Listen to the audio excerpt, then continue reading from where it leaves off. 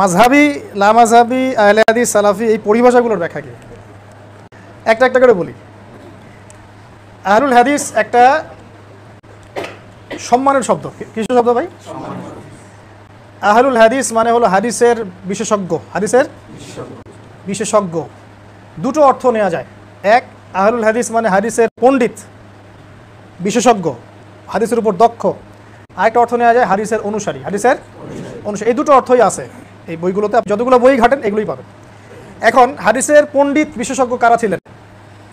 ইমাম বুখারী, তিনি আহলুল হাদিস। হ্যাঁ। ইমাম মুসলিম আহলুল হাদিস। ইমাম তিরমিজি, নাসাই, ইমাম আবু দাউদ, ইবনে মাজাহ, দারাকুতনি, তারা কি আহলুল হাদিস কিনা? আচ্ছা, এখন আমি বা আপনি যদি হাদিস পড়তেও না জানি, আমরা কি এই সেন্সে আহলে হাদিস হতে পারবো কিনা? বুঝতে পারেন নাই? এই সেন্সে, কোন সেন্সে? হাদিসের বিশেষজ্ঞর কথা বলছি, হাদিসের অনুসারীর দিকে পরে আসি। দুটো কথা বললাম, এক হলো হাদিসের বিশেষজ্ঞ, হাদিসের পণ্ডিত, একটা হলো হাদিসের অনুসারী। বিশেষজ্ঞ নিয়ে কথাটা শেষ করি আগে।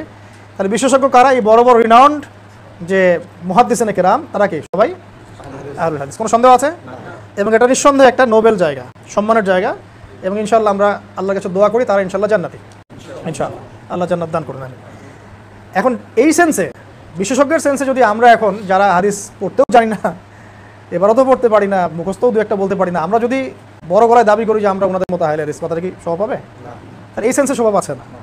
আরেকটা সেন্সে আসি তাহলে, 2 নম্বর সেন্স হাদিসের ফলোয়ার্স। অ্যান্ড ফলোয়ার্স, এই ফলোয়ার সেন্সে আমরা যদি এভাবে চিন্তা করি যে তারাই আহলুল হাদিস হচ্ছেন, ফলোয়ার সেন্সে যারা কোরআন এবং হাদিসের পরিপূর্ণটা মেনে চলে, তাই নয় কি? কোরআন এবং হাদিসের পরিপূর্ণ বিষয়টা মেনে চললে আমরা তাকে অনুসরণের সেন্সে আহলে হাদিস বলতে পারি।